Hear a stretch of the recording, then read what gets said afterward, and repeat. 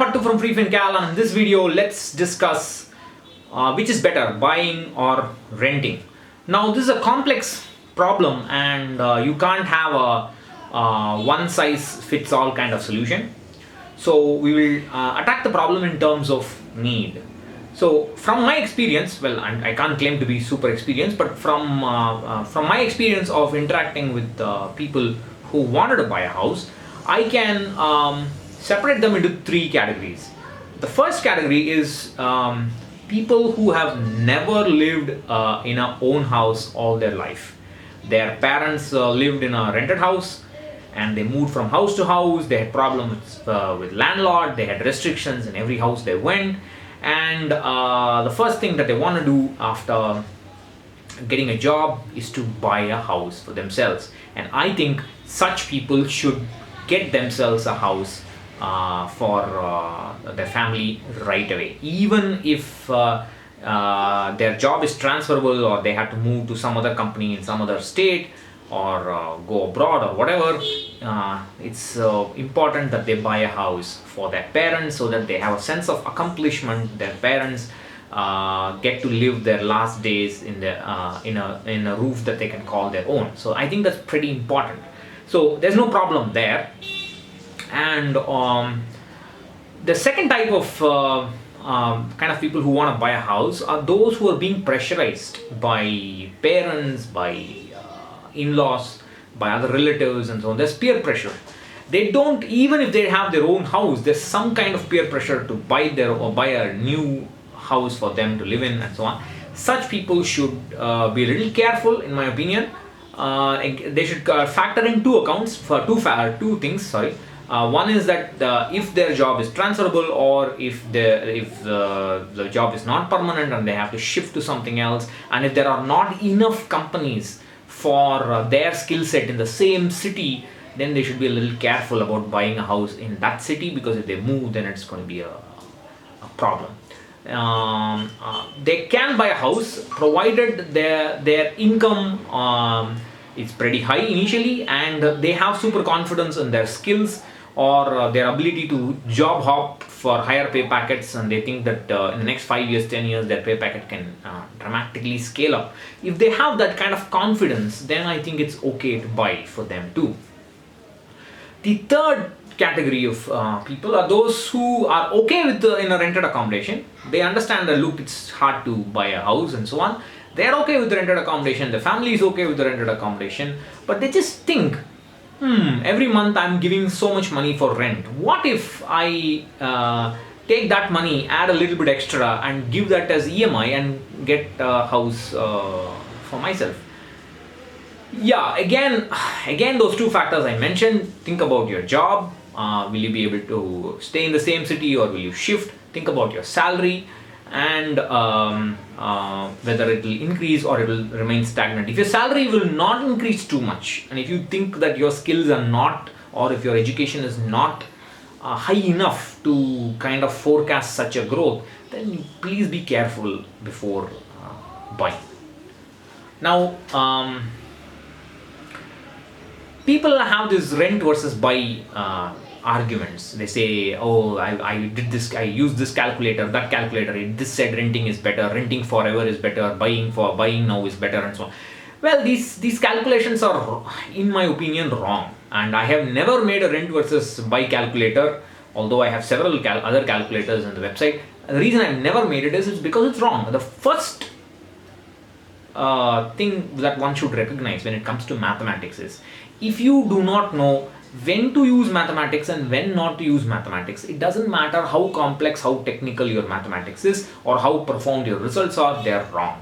And in this case of buying versus renting, the mathematics of the rent versus buy calculators is correct only if you buy the same house that you rent.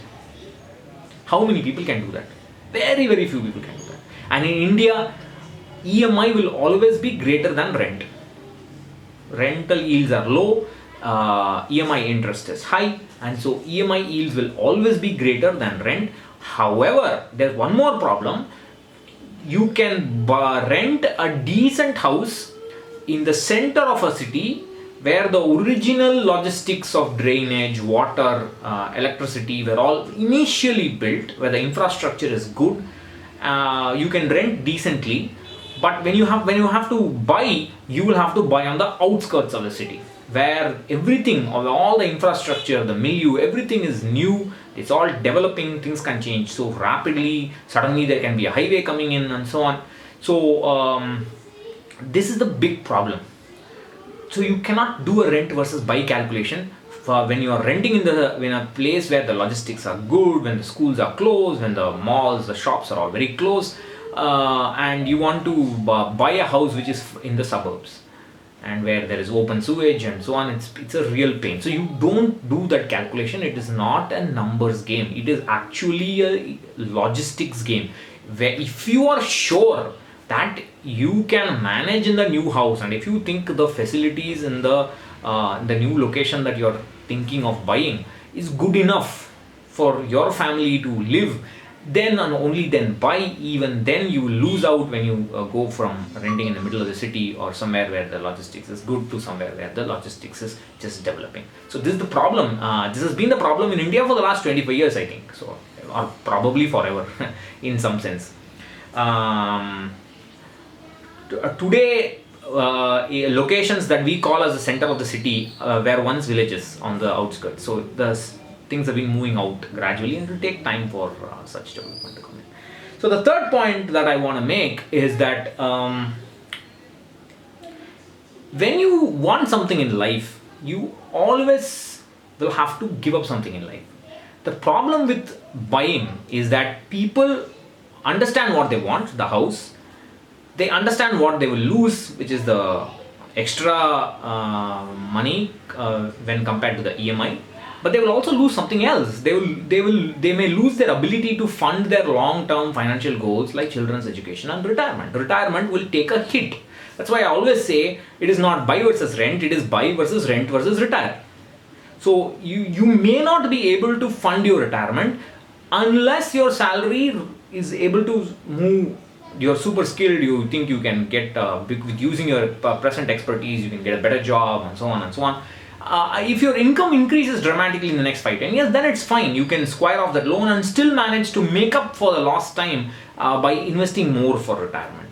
But if you're not that skilled, and if already your job is in danger of already you are in the danger of being laid off because of problems in the company, because of artificial intelligence, machine learning and so on, then I don't know how you can project into the future and how you can confidently buy a house, because you will end up not investing enough for retirement. So my suggestion is that please look at it holistically. Think about the problem in a rounded fashion. I have another video on when to buy a house.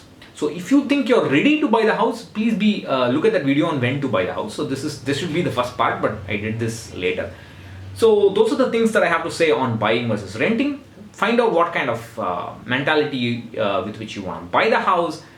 Consider the job. Consider the future movement to another city, transfer to another city. Look at your long-term financial goals. If you spend, let's say, buy a house for a 15-year loan, and you spend next 7-8 years trying to prepay it and so on, will you still be able to, those 7-8 years are lost for your retirement, will you still be able to make up for your retirement goal? That is what you need to calculate. And there is a calculator for this in my website. I'll link it.